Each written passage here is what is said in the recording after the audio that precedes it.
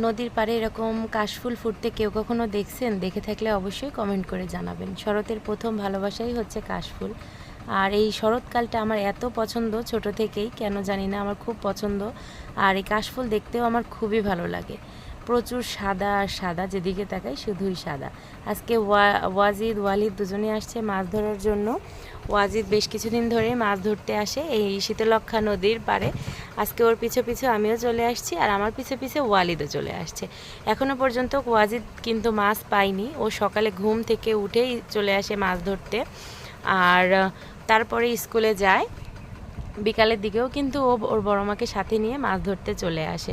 আসলে এই বয়সটাই মনে হয় এরকম খেলাধুলা সময় পার করার, কাটানোর। আমরা যতই বকাবকি করি না কেন, ওরা কোনো কথা শোনে না, এটাই আসলে কথা। আর দেখেন ওয়ালিদ গায়ে জামাও নাই, আর দুই পায়ে দুই রকমের জুতা পরে কিন্তু চলে আসছে।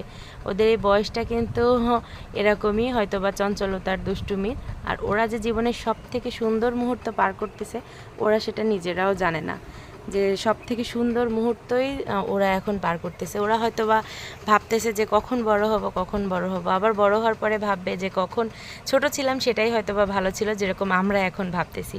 আমরাও কিন্তু হয়তো বা এরকম বয়সে এরকম করছি, এরকম মাছ ধরিনি, কিন্তু একসাথে বান্ধবীরা মিলে গল্প করছি, খেলাধুলা করছি, ঘোরাফেরা করছি, বৃষ্টিতে ভিজে একসাথে বাড়ি ফিরছি। এখন দেখেন আমরা তিন বান্ধবী, তিন শহরে, কারোর সাথে কারোর কথাই হয় না। কথা হয় মাঝে মধ্যে ফোনে, আর দেখাই হয় না। এরকম একটা অবস্থা। আর আজকের ওয়েদারটা কিন্তু অনেক সুন্দর ছিল। এখানে বেশ কিছু মাছ ধরছে ওয়ালিদ ওয়াজিদ দুজন মিলে। এই জিনিসটার নাম কি আসলে আমার জানা নাই, আপনাদের জানা থাকলে অবশ্যই কিন্তু কমেন্টে জানাবেন। ওয়ালিদ একটা একটা করে বের করে আমাকে দেখাচ্ছে, দেখো আমি ওই পুঁটি মাছগুলো ধরছি। আর পরবর্তীতে ওর বড় মা কিন্তু এই জামাটা ওকে পরিয়ে দিয়ে আসছে, যেহেতু নদীর ঘাটে ছিল। নদীর ঘাটে কিন্তু মশা কামড়ায়, এই কারণে ওকে এই জামাটা পরিয়ে দিয়েছিল। আমি যদি পারতাম ওদের এই বয়সটাকে কিন্তু আটকে রাখতাম এখানেই, কিন্তু আমার হাতে তো কিছু নাই। ওরা বড় হবে, এটাই স্বাভাবিক। ওদের এই বয়সটা আসলে অনেক মানে সুন্দর মুহূর্ত ওরা জীবনের পার করতেছে। যাই হোক, তো ওদের এই সুন্দর মুহূর্তগুলোকে আমি ক্যামেরাবন্দি করে রাখলাম আর আপনাদের সাথে শেয়ার করলাম। আর ওদের জন্য সবাই দোয়া করবেন।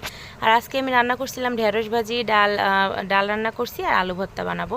যেহেতু বেশ কিছুদিন ধরেই মাংস খাওয়া হচ্ছিলো, একদমই আর ভালো লাগছিল না, তাই আজকে একদম সাদামাটা রান্না করে নিলাম। ভিডিওটি ভালো লাগলে অবশ্যই সবাই লাইক, কমেন্ট, শেয়ার করবেন। আমাদের জন্য সবাই দোয়া করবেন। সবাই ভালো থাকবেন, সুস্থ থাকবেন। আল্লাহ হাফেজ।